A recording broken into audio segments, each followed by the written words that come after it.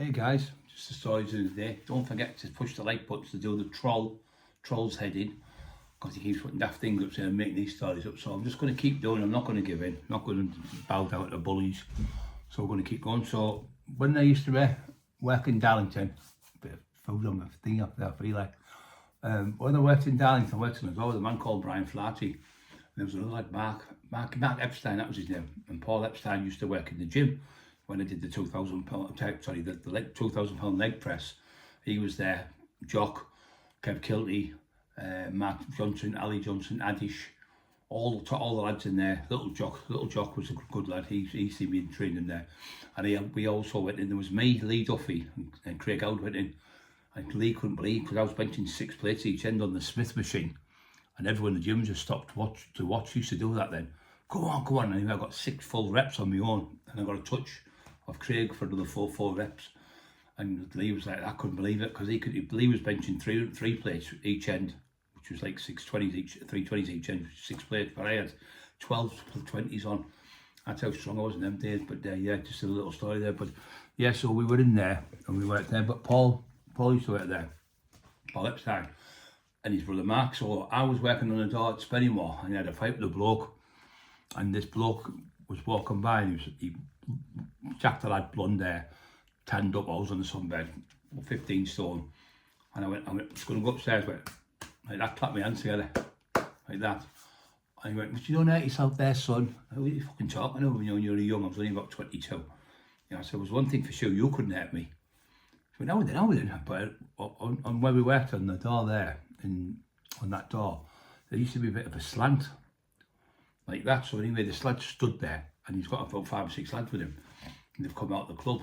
They're going to go somewhere else. So he was gone. I thought he's going anyway. So he said something else, and I went, "Here, who you fucking coming then, you fucking wanker?" So he's come forward, running at me, and he's jumped. He's like throwing these daft fucking punches nowhere near me, fucking miles off.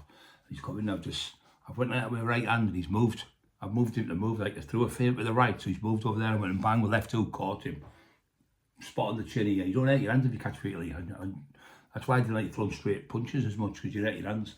If you hit them on here, or you throw a right uppercut, you hit it right on the bottom of the chin, you don't hurt your hands as bad. So anyway, I've caught this left hook, oh, it was like a peach. I hit him, knocked him, hit the floor, bang, but his head hit the floor. And with him having blonde hair, the blood was just pouring down the street. You could see it coming out of his head. I thought, fucking hell, I've killed him. So what they've done is, they went, "Come on, get in." So they got me in the club, John Black and them, get upstairs. So we goes in the club. Anyway, I hid in a big freezer, and they put all these burgers and fucking stuff on top of me. Anyway, the cops come, fucking ambulance come, and everything, this bloke, fucking, I'm up in the fucking freezing upstairs. Anyway, the fucking people in the kitchen do cooking and all that. I'm in the fucking freezer with all the stuff on me. And big, you know, the big massive fucking chest freezers, huge they were. So I'm in there anyway, the fucking cops looking at him talking, he's going, "No, there's no one in here, mate." He said, the lad who hit him didn't work on the door, he was just a fucking punter, he'd come in, he had a few drinks, he was arguing with somebody else earlier on, he said, in the toilets. He's a big lad, he said, but he doesn't work here, he's not a doorman. He said he just was one of the customers. He said he's not from around here, he's not from Spennymoor, but he comes in now and then. There's no doorman in here anyway, they went. So I fucking breathed over the moon. So anyway, I comes out. Anyway, the cops were down the road and at the other end. Anyway, somebody got me in the back of somebody's van.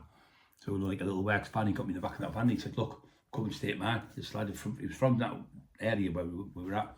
So stayed at his anyway, goes to his house, stayed there, and slept on the settee. Me and his missus went to bed, because his missus always used to come to the club. I got on with me, see. So anyway, someone fucking grassed us up. Someone must have told them who took him home. So they're banging at his fucking door. But in them days, the cops used to have to get a warrant off the police. Sorry, no, I'm lying. They used to have to get a warrant signed off a magistrate. But being a Sunday, it's very hard to get. So the local magistrate who was there was out fucking playing golf or something somewhere, miles away or wherever. So they couldn't get him to sign it. So he come to the door and said, "Oh, do you know such and such, out me?" The doorman went, "No, I don't know about, mate." He said, "There's no one in here. It's me and my wife and that." He said, "And the kids are out the back in the back garden playing."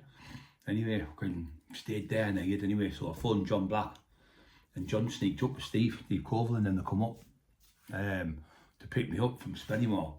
So anyway, I gets in the fucking, look next door, the neighbours when they were there, I thought they were going to get a warrant. So he said, he knocked on the next door neighbours before they come back in case they had a warrant. So the neighbours next door said, oh, yeah, how are you? So they let me go next door as well. Lovely people. Didn't even know these people. So I waited there. We waited till it was a little bit darker.